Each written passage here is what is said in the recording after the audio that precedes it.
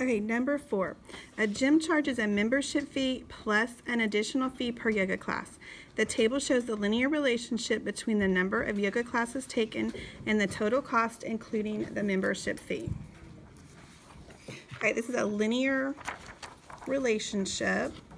So we can look on our reference material here for the linear equation stuff.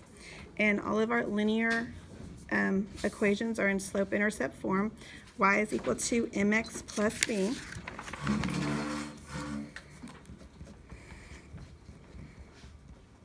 Our m is our slope, and our b is our y-intercept. Okay, so in this problem here, we have a membership fee. And this membership fee is our y-intercept. And our additional fee per yoga class is our slope because of this word per, which means to multiply. So we know it's our slope. So your y-intercept is that something extra, okay? It's that little extra thing. All right, so we have this table, and they want to know which statement is true. Is it true that we have an additional fee of $375? Is it true we have an additional fee of $825? These are your slopes. So they're asking you which one of those is a slope. Or is it the membership fee? Okay, these are the y-intercepts. All right, so if you know how to use the calculator, you can use the calculator for this. Okay, so the calculator, you can do stat edit and then stat calc if you remember these steps. So you push the stat button, it says edit, you just hit enter, and you can put in 2 ordered pairs. You don't have to put all of them in, but this is your x, this is your y.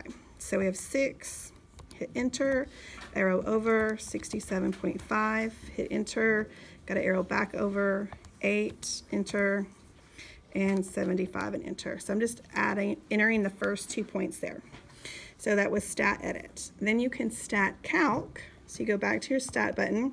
Up here it says calc, you arrow over. You want 4 for linear regression. And then you hit enter a bunch of times. Okay, it doesn't say y is equal to mx plus b. It says ax plus b, but the a is the slope and the b is the y-intercept. So you can remember because the b's are the same. So your b is 45 and your slope is 3.75. So if you can remember these steps, you can use the calculator. So what we have is a slope of 3.75. Well, that's what F says. The y-intercept of 45, that's not listed here.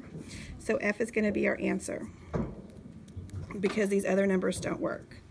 Okay, you can also find the slope by subtracting your y's and subtracting your x's. Okay, because remember the slope of the line, it's the y2 minus y1 over x2 minus x1. So you can just subtract these two numbers. 75 minus 67.5 is 7.5, and 8 minus 6 is 2, and 7.5 divided by 2 is at 375. Okay, which is going to be answer choice F. All right, number 5, a hot air balloon is released at ground level and it rises into the air at a constant rate. After 5 seconds, the height of the balloon is 20 feet.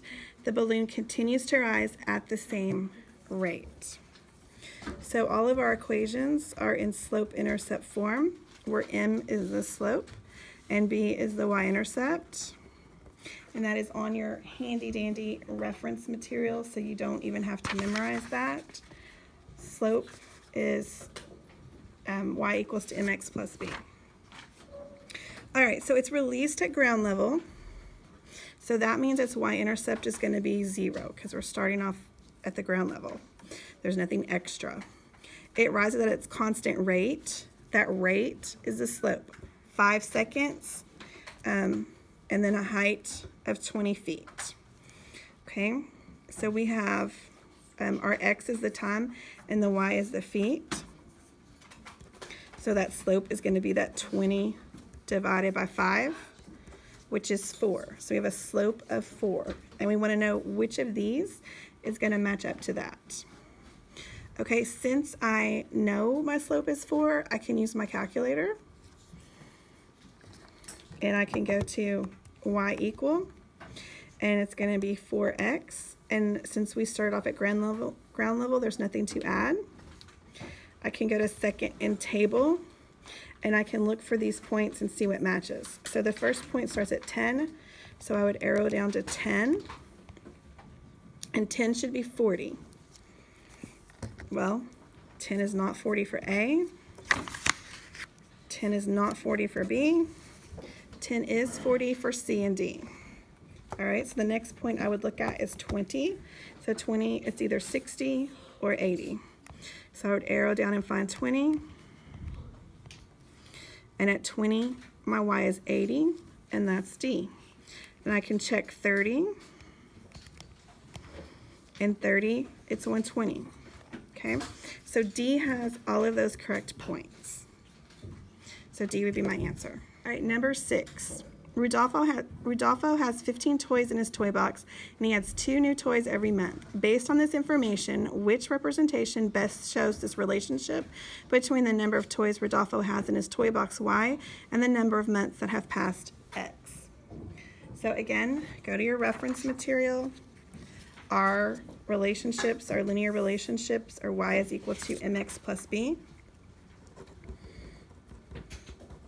M is our slope. B is our y-intercept.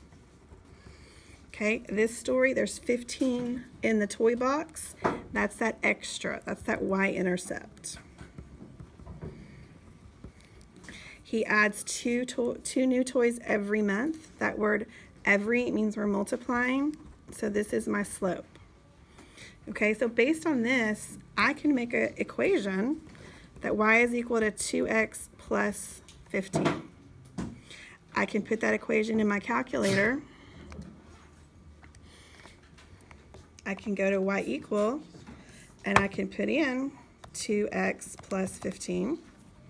And I can go to second in table and look at my table. So I put my equation in y equal, and then I went to second in graph to look at the table. All right, so the first order pair we have here is 4 and 8. So I'm going to arrow up to where my x is 4. All right, and y is not 8. So I know it's not going to be F. My next table is on H. So 1 is 17. That's good. 4 is not 68. So that's not going to work. So you can look at your graph by hitting the graph button. And sometimes that'll help you, sometimes that won't help you. All right, but so we can kind of tell, well, we can definitely tell it's not going through the origin. All right, and J goes through the origin. Okay, J starts at 0, 0. But we had those 12 extra toys to start with, so we can't start there. We have to start our line somewhere up there because we're already starting with toys, so it won't be that one. G has my toys already starting. Oh, it's 15 toys. Starting with the 15 toys, and then I'm increasing 2 toys every month, so that's going to be G. All right, number 7. The amount of water an electric dishwasher uses to wash dishes varies directly with the number of loads of dishes. The dishwasher uses 32 gallons of water to wash 4 loads of dishes. How many gallons of water will the dishwasher use to wash 10 loads of dishes? Okay, you have a couple different ways you could work this. You could very easily just set up a proportion since it varies directly. Set up a proportion, take your gallons to loads with 32 gallons for 4 loads, and we want to know for 10 loads, so I can just solve for X. So cross multiply 4 times X and 32 times 10. So 4x is equal to 320 divided by 4, and 320 divided by 4 is going to be 80 gallons. So because this is a griddable and we don't have anything to compare to, you want to double check and make sure that you've done this correctly. Another thing you could do, since this varies directly, is you could just divide 32 by 4 and get 8. And then this would be our slope, and we could just multiply that by the 10, and 8 times 10 is still 80.